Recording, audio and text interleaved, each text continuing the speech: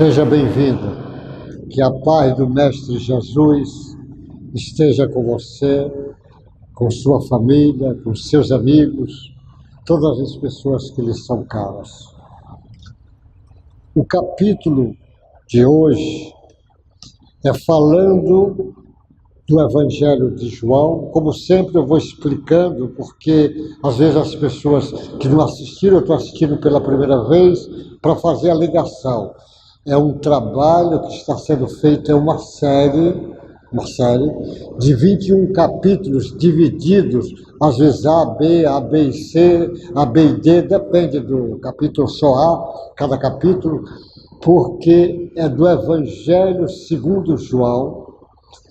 Peguei o livro do Ferreira, porque é o livro mais lido, a tradução mais lida, a Ferreira atualizada, é o livro atualizado dele, a tradução atualizada.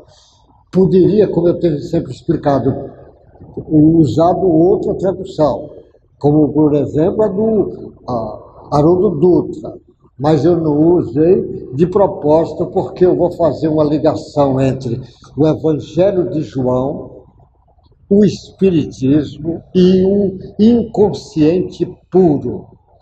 O Evangelho de João eu escolhi por ser o mais espiritualizado de todos os Evangelhos de Jesus.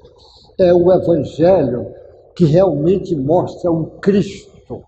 O Evangelho de João, ele mostra o Cristo melhor do que os outros. Os outros é belíssimo. Nós já falamos isto, é belo o Evangelho do Lucas, é um poeta, o Evangelho do Marcos, que mostra cada um de uma forma diferente. O Marcos mostrando um homem servidor, e naquele estilo romano. O João, ele mostra o homem espiritual, como o Lucas mostra o homem perfeito, aquela cultura do grego. E o Mateus escreve mostrando Jesus como o verdadeiro Messias. Todos são belíssimos, mas o do João tem uma particularidade especial. O Espiritismo, porque o Espiritismo é a chave para que você puder realmente entender o Cristo.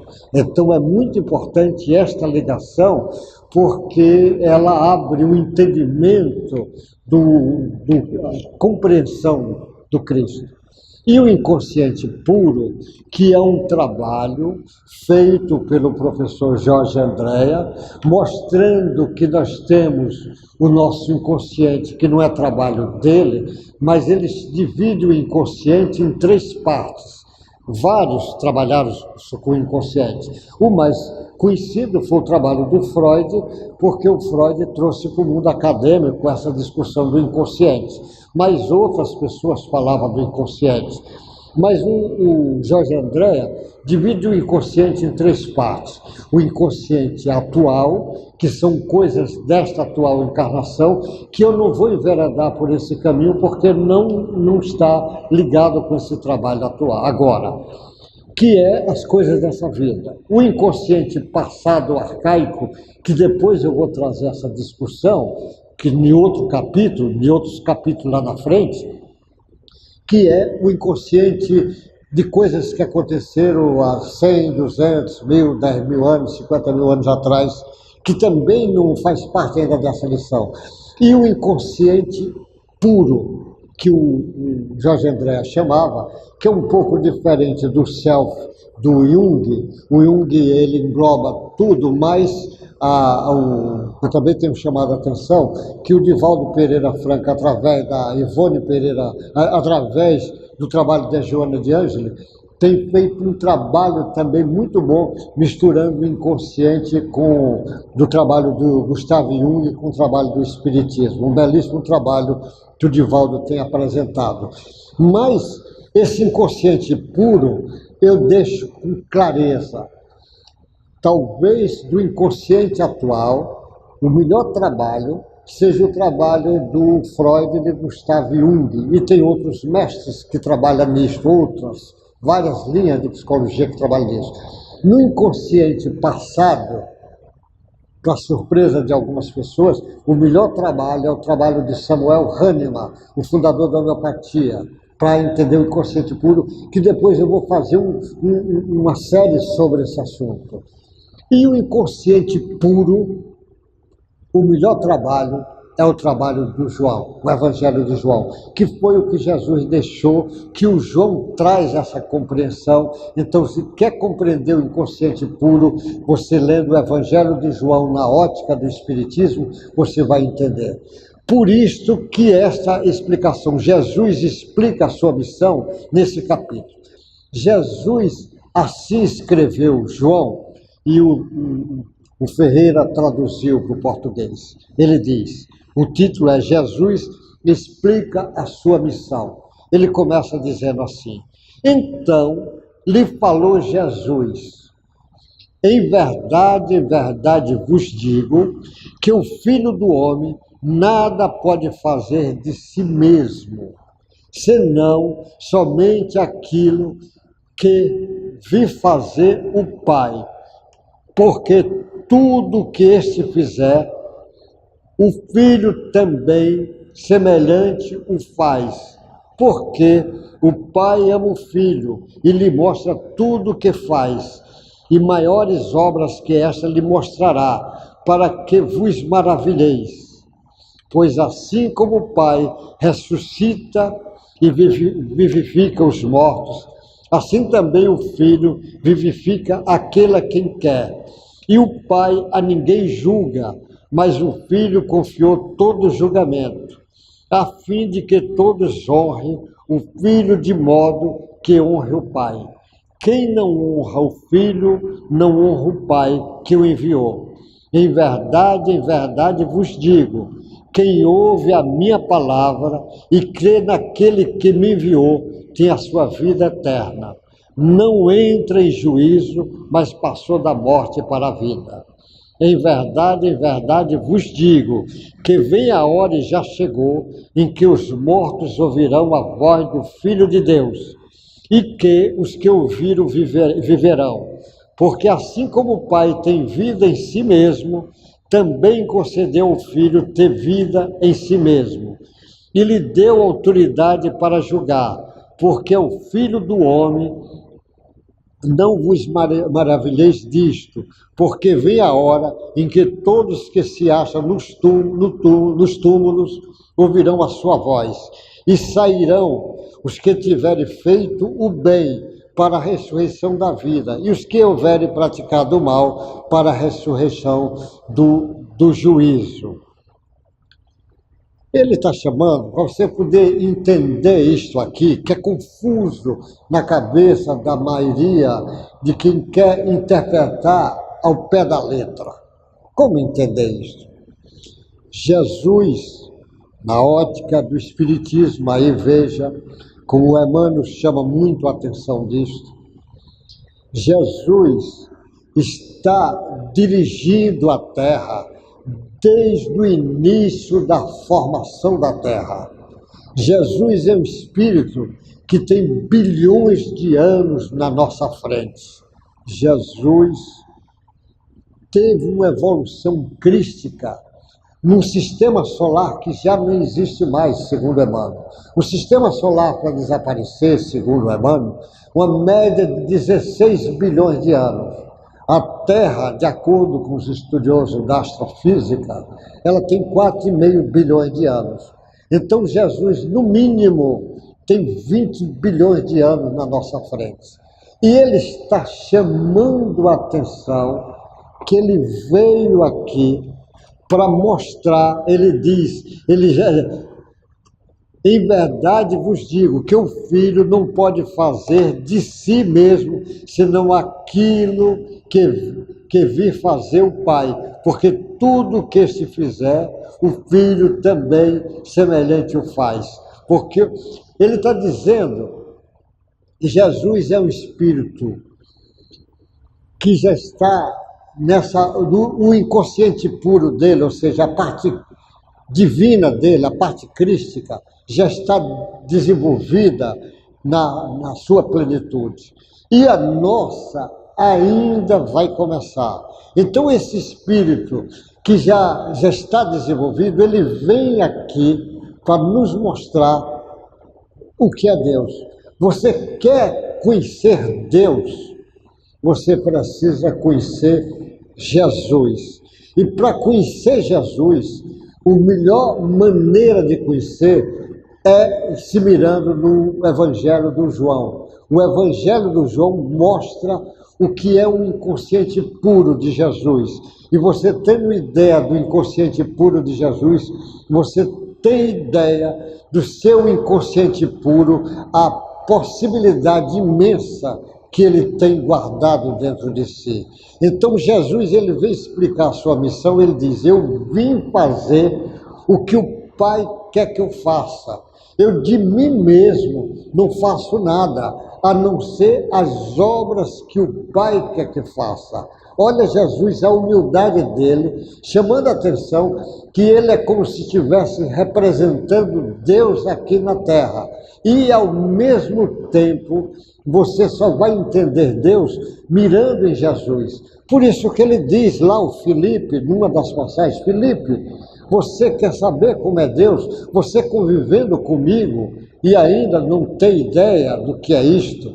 Então, para você ter uma ideia de Deus, você vai ter que ter ideia de que é Jesus. E o trabalho do João é como se fosse um mapa do inconsciente puro, de tal forma que não existe nenhum livro na Terra, até o momento, que possa mostrar o inconsciente puro melhor do que o Evangelho de João. Agora, se você olhar Jesus como se fosse Deus, aí você não vai ter condição de ter entendimento de Jesus. Eu não estou criticando quem trabalha com esse tipo de teologia, que tem sua importância, tem belos trabalhos, tem pessoas de alta cultura, de alto proceder, nível moral altamente evoluído, mas o Espiritismo abre um leque de entendimento sobre o Cristo todo especial. Então Jesus chamando a atenção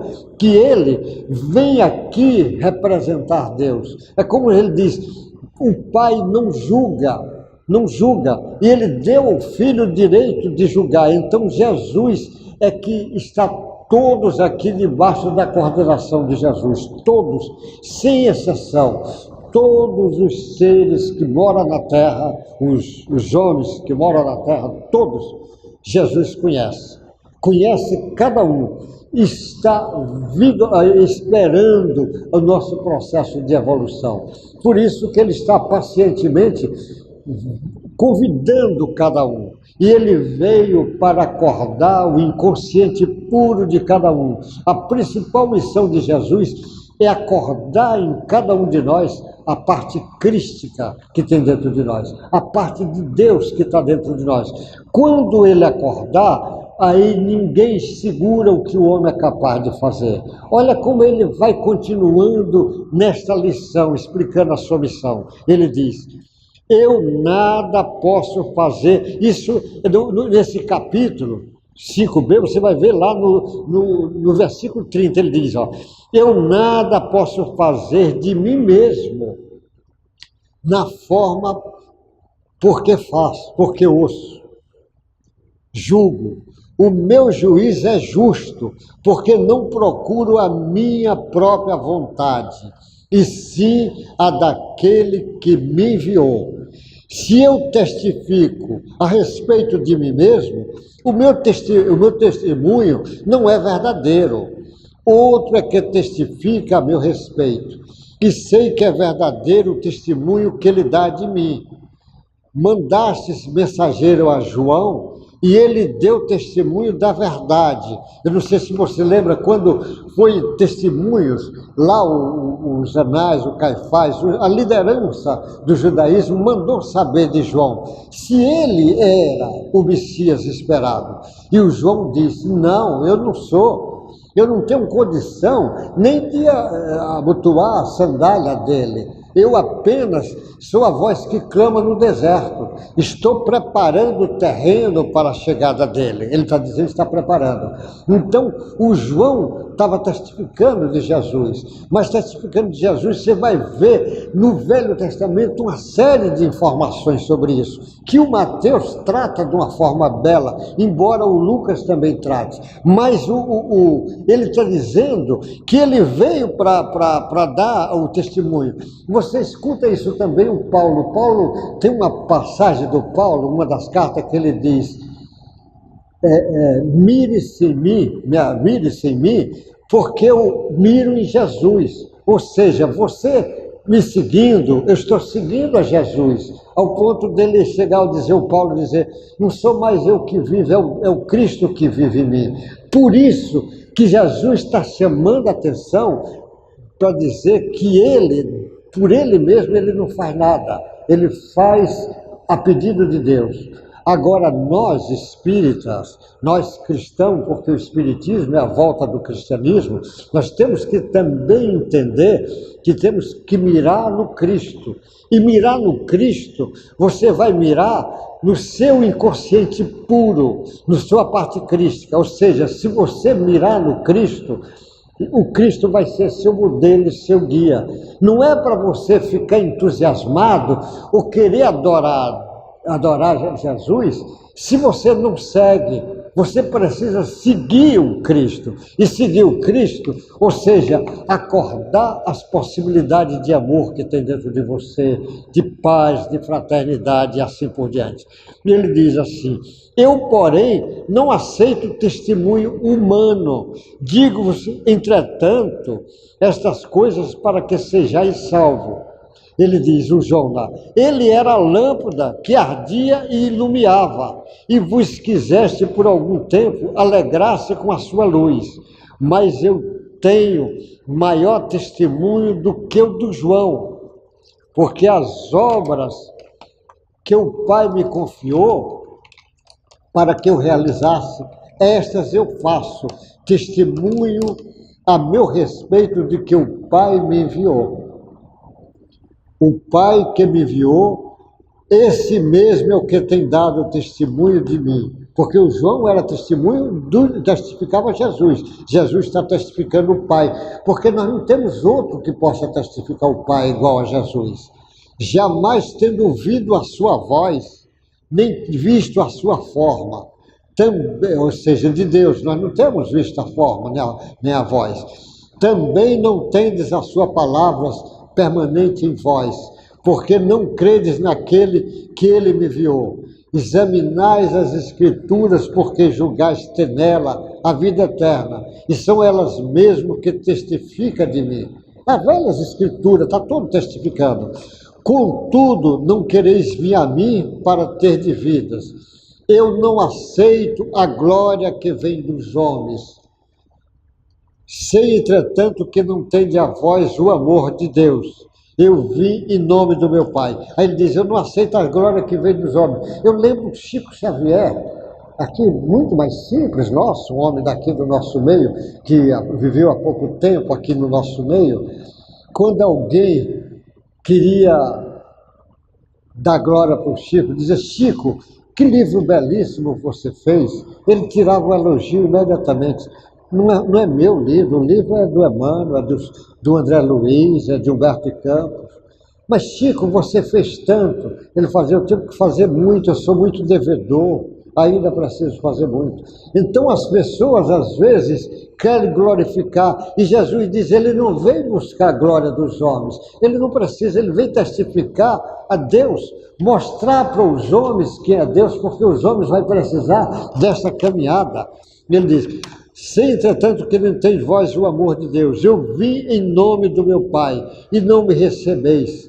Se vier outro em seu próprio nome, certamente recebereis. Como podeis crer, vós que aceitas glórias uns dos outros, contudo não procurais a glória que vem de Deus único? Não penseis que eu vos acusarei perante o Pai. Quem vos acusa é Moisés, em quem tendes formado a vossa confiança. Porque se de fato creis em Moisés, também crereis em mim, porquanto ele escreveu a meu respeito. Se, porém, não credes em seus escritos, como crereis nas minhas palavras?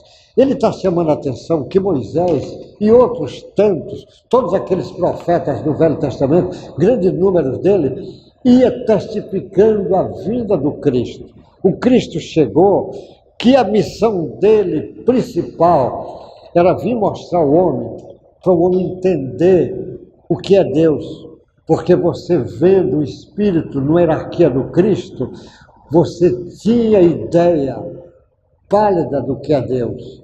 Só que esse homem veio para acordar em nós as possibilidades crísticas de cada um de nós.